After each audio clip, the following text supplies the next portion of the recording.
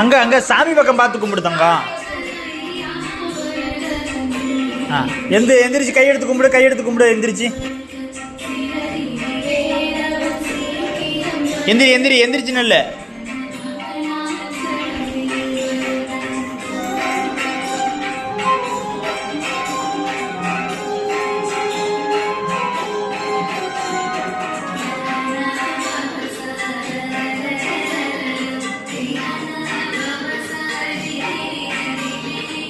Dance ஆடு.